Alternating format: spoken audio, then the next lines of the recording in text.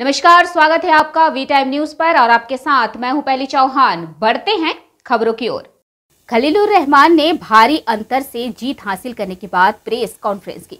उन्होंने कहा कि वह जंगीपुर लोकसभा की जनता के साथ उसी तरह रहेंगे जैसे पहले थे, जनता के लिए सब कुछ करेंगे। उन्होंने कहा, आज की जीत जंगीपुर लोकसभा क्षेत्र के लोगों की जीत है और इसलिए मैं आज की जीत को जंगीपुर के लोगों को समर्पित करता हूं। कहा, सभी प्रकार के सहयोग के साथ साथ सभी प्रकार के सहयोग के लिए हमेशा एक पक्ष रहेगा। सुनिए उन्होंने और क्या कुछ कहा।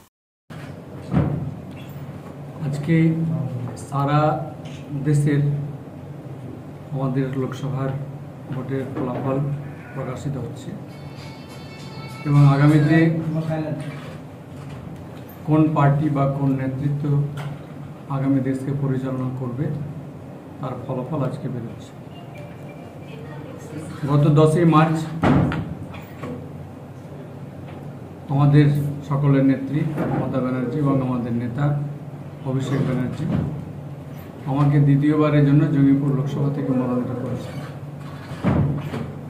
এবং জঙ্গিপুর লোকসভাবাসীকে তার পরের দিনই 11 মার্চ আমি গত 5 বছরের যে আমার মানুষের সঙ্গে সংযোগ, মানুষের সঙ্গে যেভাবে চলাফেরা এবং মানুষের আপদ বিপদে থাকার সঙ্গে আমি আমার বিচারের রায় আমি জঙ্গিপুর লোকসভাবাসীর উপর ছেড়ে দিয়েছিলাম।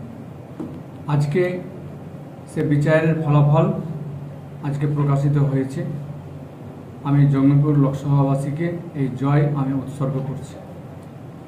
পাশাপাশি আমি কৃতজ্ঞতা জানাচ্ছি আমাদের সকল নেত্রী এবং আমাদের নেতা অভিষেক ব্যানার্জি, মমতা ব্যানার্জিকে।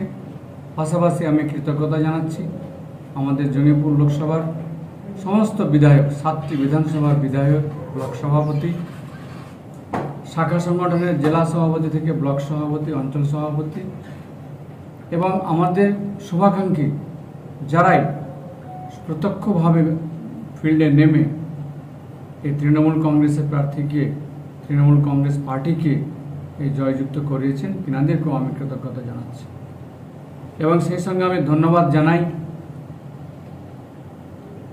পুলিশ প্রশাসনকে সব রকমভাবে ল অ্যান্ড অর্ডার তিনারা মেনটেন করে গেছেন এবং মিডিয়া বন্ধুদেরকেও আমি ধন্যবাদ জানাচ্ছি যে তিনারা যেভাবে সমস্ত বিষয়টাকে তিনারা মানুষের সামনে তুলে ধরেছেন।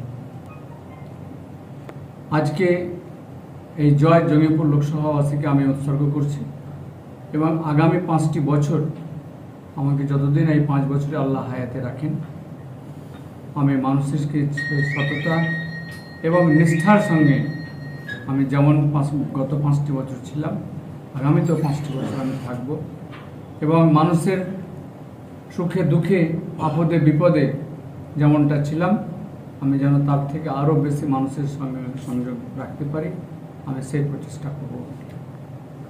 আমি সকলের কাছে দোয়া এবং সহযোগিতা চাইব যে আমার যে মনের ইচ্ছা এবং সেই কাজকে, মানুষের যে কাজকে সফল করার উদ্দেশ্যে আপনারা দোয়া করবেন এবং সহযোগিতা রাখবেন।